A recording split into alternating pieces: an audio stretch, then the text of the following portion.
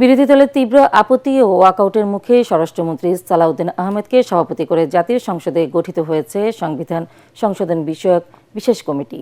সংসদের chief whip এই committee গঠনের প্রস্তাব করলে এর তীব্র প্রতিবাদ জানান বিরোধী দলীয় নেতা। এ সময় ডাক্তার শফিকুর রহমানের নেতৃত্বে সংসদ থেকে ওয়াকআউট করে বিরোধী দল। ইন্দ্রদুল্লাহ বাবু রিপোর্ট।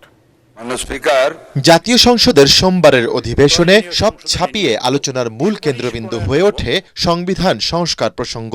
গঠন সম্পর্কিত প্রস্তাব জুলাই সনদের আলোকে সংবিধান সংশোধনের লক্ষ্যে সংসদ নেতা তারেক রহমানের পক্ষে চিফ হুইপ নুরুল ইসলাম মনি একটি বিশেষ কমিটি গঠনের প্রস্তাব দেন। প্রস্তাব করছি যে গণপ্রজাতন্ত্রী বাংলাদেশের সংবিধানের প্রয়োজনীয় সংশোধনের নিমিত্ত সুপারিশ প্রণয়নপূর্বক সংসদে রিপোর্ট পেশ করার জন্য নিম্নলিখিত মাননীয় সংসদ সদস্যগণের সমন্বয়ে 12 সদস্য বিশিষ্ট ত্রয়োদশ জাতীয় সংসদের সংবিধান সংশোধন সম্পর্কিত বিশেষ কমিটি গঠন করা হোক।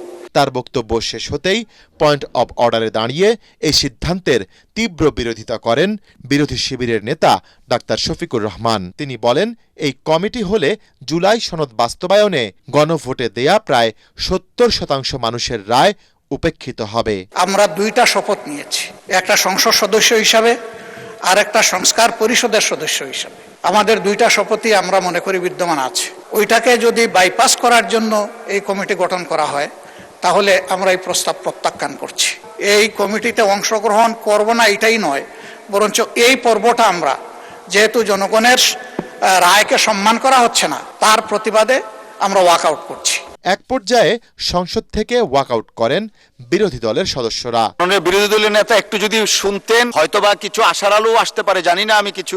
এ সময় স্বরাষ্ট্রমন্ত্রী সালাউদ্দিন আহমেদ বলেন, সংসদ সদস্যদের একসাথে 2 শপথ অসাংবিধানিক। এখনো পর্যন্ত সাংবিধানিক নিয়ম অনুসারে সেই ধারাবাহিকতায় এই জাতীয় সংসদের প্রত্যেকটা অধিবেশন প্রত্যেকটা বৈঠক পরিচালিত হচ্ছে। সুতরাং তারা যদি বলে থাকে তারা 2টা শপথ নিয়েছে, আর একটা শপথ আমরা তো নেই মাননীয় স্পিকার, তারা শপথ নিয়েছে সংবিধান সংস্কার পরিষদের সদস্য হিসেবে।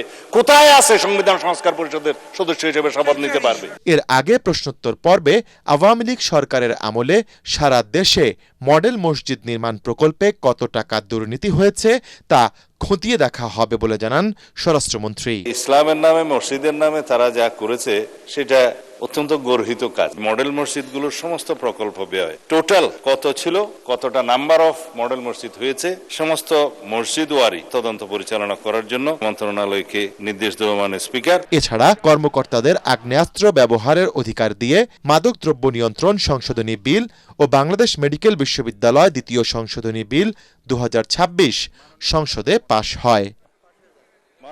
ইমদাদুল্লাহ বাবু, ATN বাংলা, ঢাকা।